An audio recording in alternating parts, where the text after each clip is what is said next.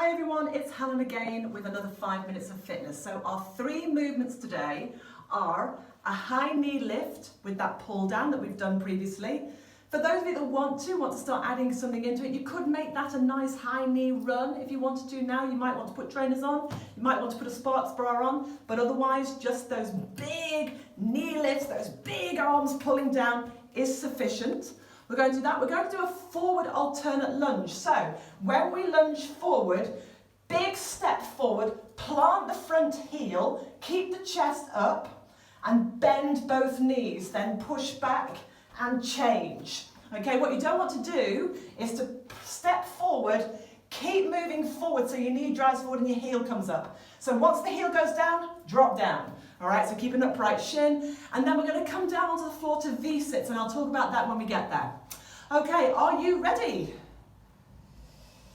Let's go. So from here, bringing those knees all the way up, chest stays lifted, arms pull down.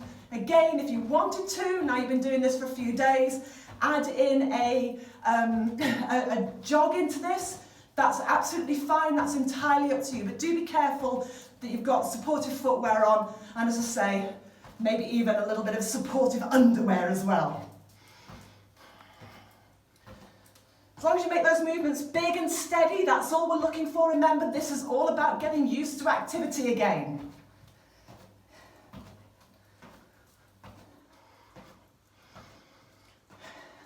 So that's 4, 3, 2, 1 more each side. Great. I'm going to turn side on so you can see what we're doing. From here, big step forward, bend the knees, drive back. So you might drop your knee lower.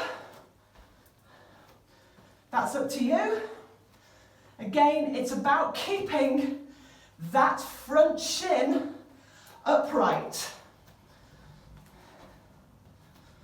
Nice and firm into that front heel, using those big, powerful leg muscles.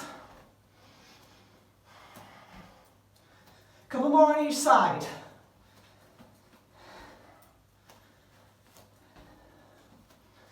And release. Good. Come down onto the floor. We're going to talk V-sits. Now, not everybody's cup of tea, and be careful if you have any back issues. Hands behind you to support. Try not to round, lengthen the spine, and we're going to do both legs. So, bear with me.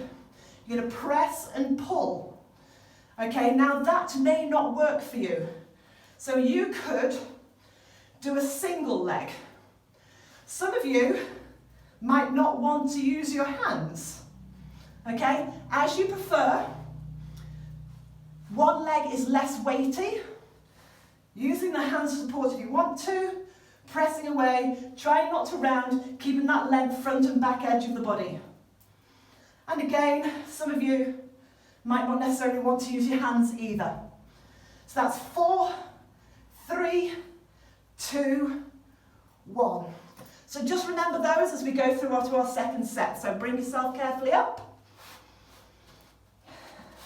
And back to those knee lifts. So pulling down. So remember everything we've just gone through on the first round and apply it into the second.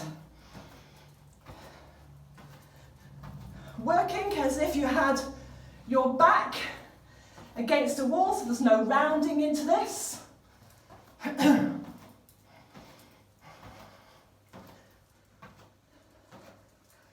This can get you into the hip flexors a little bit, so that crease at the top of the thigh. 4, 3, 2, 1. Okay. Walking or alternating that lunge forward and up.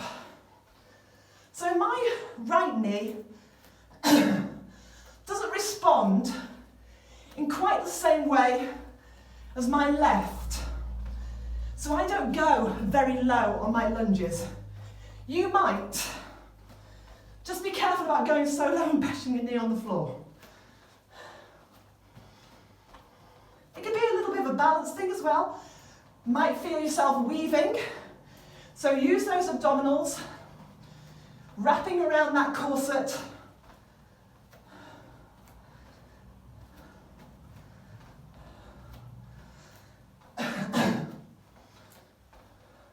Just do a couple more.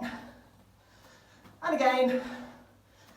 Okay, back down to the floor.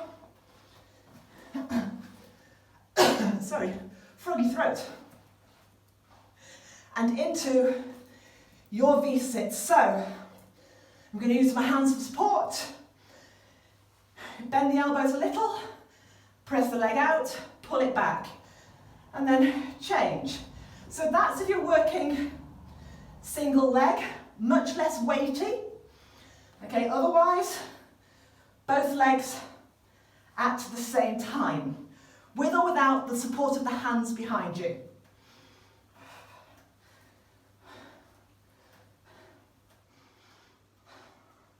Let's try and get another 8, shall we?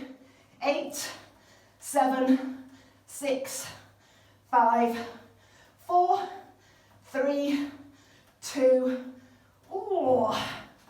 and relax. Ooh. Roll those shoulders.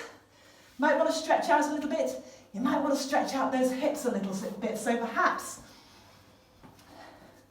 little lunge into those hips on both sides, just to put a bit of space into them again.